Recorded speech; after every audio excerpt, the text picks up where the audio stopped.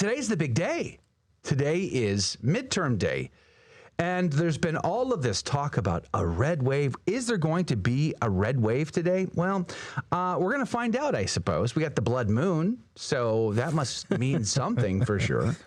Here is an article out of the Epoch Times. It said, Biden pollster warns of paradigm shift after survey shows GOP gains among Black and Hispanic voters. It says a poll released Monday morning shows that Republican Party is continuing to make inroads among Black and Hispanic voters with just one day, this was yesterday, one day before the midterms. Some 17% of Black voters told a Wall Street Journal poll that they would pick a Republican candidate for Congress over a Democrat, which is larger than the 8% of Black voters who voted in favor of President Donald Trump, a Republican, in 2020. During the 2018 midterm elections, 8% of Black voters backed GOP candidates for the House races. For decades, Black Americans have voted in favor of Democrats over Republicans by large margins. Among Hispanic voters, Democrats have a mere 5% lead over Republicans overall, according to the Wall Street Journal poll. During the 2018 midterms, Democrats had a 31% lead over Republicans and a 28% lead in 2020, it noted.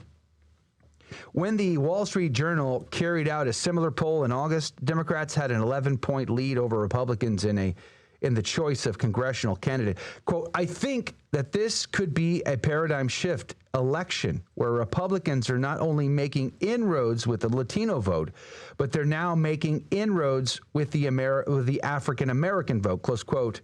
John Anzalone, who served as President Joe Biden's top pollster in 2020, told the Wall Street Journal on Monday.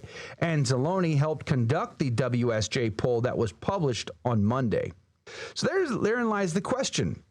Are we going to see a major shift? These polls seem to suggest that there could be possibly a big shift in the polls. Joining us now is New York City Council member from representing Staten Island, Joe Borelli. Good morning to you, Joe Borelli.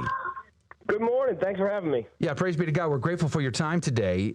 New York could set the stage for the rest of the country in these midterm elections. You've got a governor race. You've got some House member races. How are you seeing this, Joe Borelli?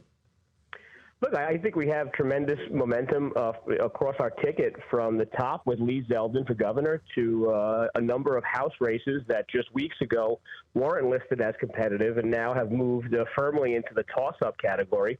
So I think you're going to see some surprises from Long Island to the Hudson Valley, maybe even up in Onondaga County where Joe Borelli, who's got a name so similar to mine but a political outlook so different, he might actually lose, and he's been a pretty solid staple for that area. Now, unfortunately, our social feeds tend to push a lot of content in our feeds that depict life in the boroughs in New York as being sort of depressing. A lot of crime, a lot of violence is going on there. What is the reality on the ground? Well, look, we have seen a spike in crime. While Kathy Hochul has tried to make Republicans out to be data deniers, unfortunately for her, the data is in favor of reporting that crimes have gone up. We see every single day the tabloids screaming about new heinous things that happen on our subway systems, in our outer boroughs, on street corners, all throughout Brooklyn and the Bronx. And it has been unanimously the Democratic Party who's not only ignored the crime issue overall, but they've actually passed legislation to make it worse. They've passed things like less is more, literally trying to tell us that less jail time for hardened criminals, not the person stealing a candy bar, less jail time for hardened criminals is actually somehow more beneficial to society.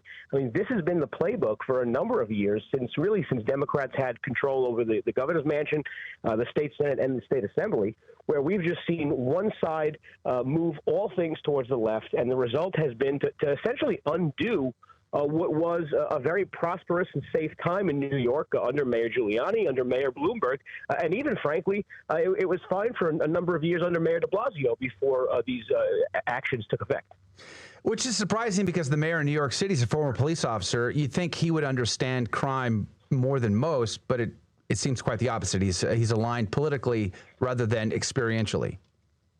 Yeah, look, he's been more vocal than perhaps most Democrats, saying that we do have to change some of these laws. So I will concede that point to him, and he's right about that. I hope he just gets somewhat of an ally in Lee Zeldin. I mean, the truth is, everybody listening right now has an opportunity to make an actual difference in their race. If you live in New York and you thought for years that you voting on Election Day was just kind of a wasteful exercise because the candidates we fielded never really had a chance, today is not that day. Today is the one opportunity where the polls have Lee Zeldin neck and neck. So it's really a choice whether you're going to stay home and let the status quo go on, or whether you're going to go march down to your poll site or even drive. If you drive, they might start charging you $23 for it in the future if you live downstate. But you have an opportunity today to change that. Now, okay, so it seems to me the polls do indicate that to Americans, whether they're in New York or they're in Arizona or wherever they are, the economy is a big issue. Crime is a big issue. Inflation, the immigration issues are massive. How do you see it, Joe Borelli? Yeah, I mean, every poll has been consistent, whether they've been congressional polling or polling for the statewide offices here in New York. Crime and the economy have been number one. The governor has tried to make this whole race about abortion and Donald Trump, et cetera, and it just hasn't really took off. Look, there are certain people in this state who have very strong opinions on abortion and Donald Trump, and we understand that, but it just isn't the message that is driving people to the polls. People are more concerned about the daily challenges they face. They face daily challenges taking the subway or with crime in their neighborhood, and they face the daily challenge of putting food on their plate and making sure there's enough money in their savings account to retire or maybe take their grandkids to the Poconos for a weekend or something. I mean, these are the kind of struggles that Americans are facing under one-party control from the White House down to the State House and in the governor's mansion. Now, immigration's been a big problem for us down here on the border for a very long time. It's now come, I think, to your doorstep. How are New Yorkers taking the immigration situation with busing immigrants up to New York? Well, people are growing very frustrated. I mean, we're seeing migrants in my neighborhood where I live placed at hotels, and the city's not doing a tremendously good job of actually caring for the people that we decided to put in our custody. And they're unfortunately, for a period of time, they were going door to door, ringing bells and begging. And thankfully, they weren't committing any crimes, but we haven't had incidents of that.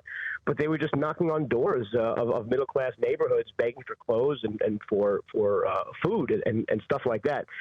Thankfully, Staten Islanders, where I live, including myself, we did respond with kindness. I mean, despite the issues of the border and the political problems associated with it, these are still people. But it's been a growing frustration. The price tag on the city of New York has now reached $1 billion to house 17,000 to 18,000 migrants every single day. So it's not only becoming a political pressure, it's becoming a financial pressure, and the financial pressure means that the Democrats are going to have to act. I was looking at the latest polls and where they stand on whether or not they think it's going to be a red wave or the Democrats are going to hold the Congress, and I guess it just depends on your favorite pollsters. But NBC just a day or so ago gave the edge to the Democrats. Trafalgar Group has obviously gone red. The Data for Progress has gone red. RCP average has gone red. How do you see the rest of the races around the country?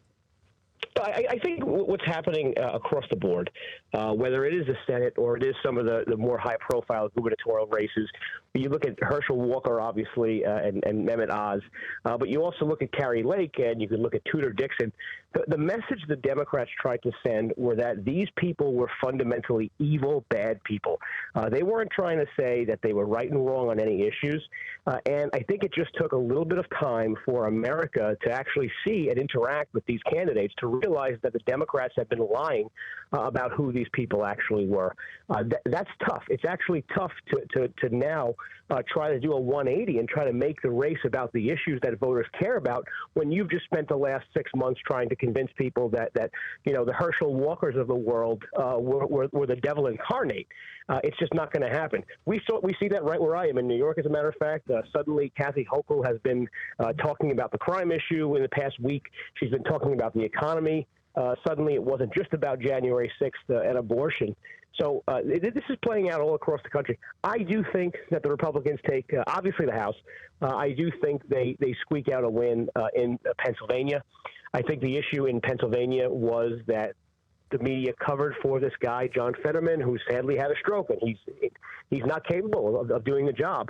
And they covered for him for too long, and people just saw that in the debate. They saw the cover up in the debate, and they're going to vote accordingly.